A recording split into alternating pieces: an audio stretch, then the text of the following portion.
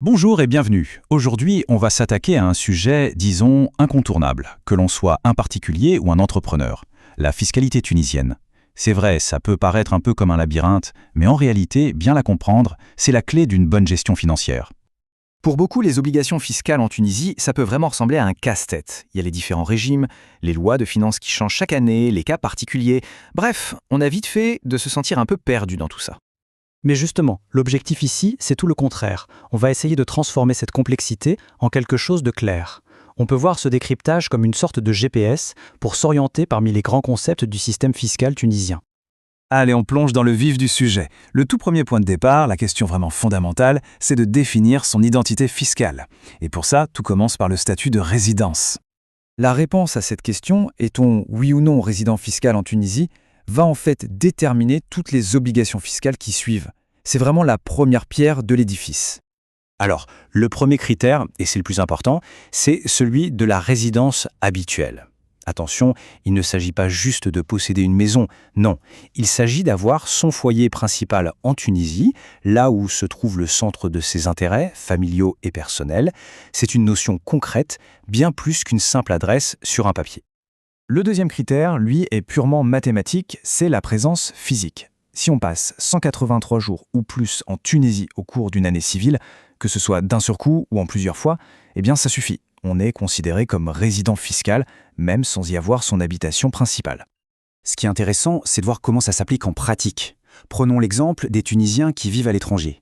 S'ils achètent un bien immobilier en Tunisie sans déclarer de revenus sur place, ça peut tout de suite allumer une petite lumière rouge chez l'administration fiscale. Forcément, elle va vouloir savoir d'où viennent les fonds.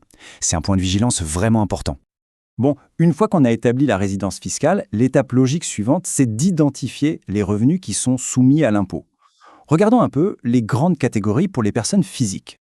Alors, le système fiscal tunisien, il classe les revenus en plusieurs grandes familles. Bien sûr, il y a les salaires, les revenus fonciers, comme les loyers, mais aussi les bénéfices non commerciaux, les fameux BNC, typiques des professions libérales. Ou encore les bénéfices industriels et commerciaux, les BIC, pour les commerçants et les artisans. Et à tout ça, on ajoute les plus-values de cession. Et il faut savoir que le paysage fiscal, ce n'est jamais figé, ça bouge tout le temps. Pour bien illustrer ça, prenons un exemple très concret et tout récent, tiré de la loi de finances 2023. Un changement qui a eu un impact direct sur les investisseurs. Et là, le changement est de taille. Avant 2023, il y avait une exonération sur les plus-values de cession d'actions jusqu'à 10 000 dinars par an. C'était une sorte de petit avantage. Eh bien, la loi de finances 2023 a complètement supprimé cet abattement. Le point crucial à retenir, c'est que maintenant, la plus-value est imposable dès le tout premier dinar. Passons maintenant côté entreprise. Quand on crée ou qu'on gère une boîte en Tunisie, il y a des choix fiscaux vraiment importants à faire dès le départ. Il y a principalement deux grands régimes d'imposition.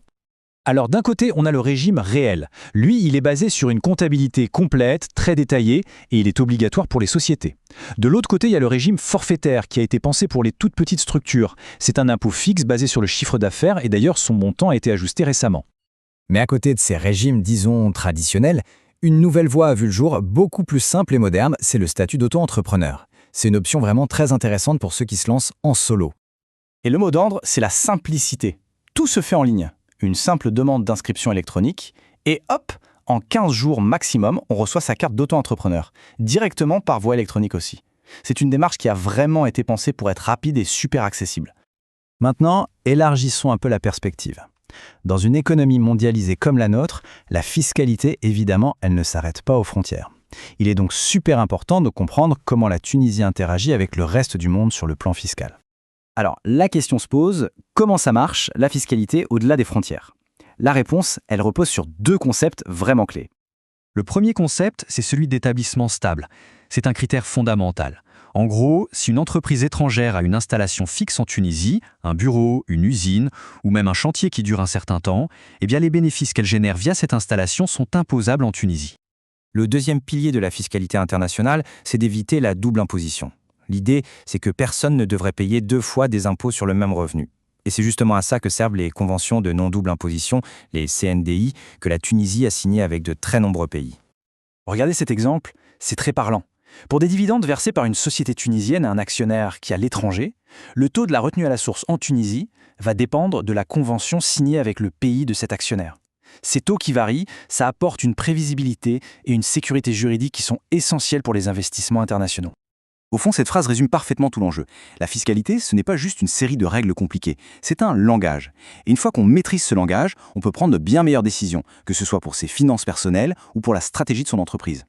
Pour finir, une question reste en suspens. Le droit fiscal est en mouvement constant. Il évolue avec l'économie, avec les tendances mondiales. La vraie question, ce n'est donc pas si le paysage fiscal tunisien va changer, mais plutôt comment il va changer. Rester informé, c'est ça la clé. Merci d'avoir suivi cette analyse.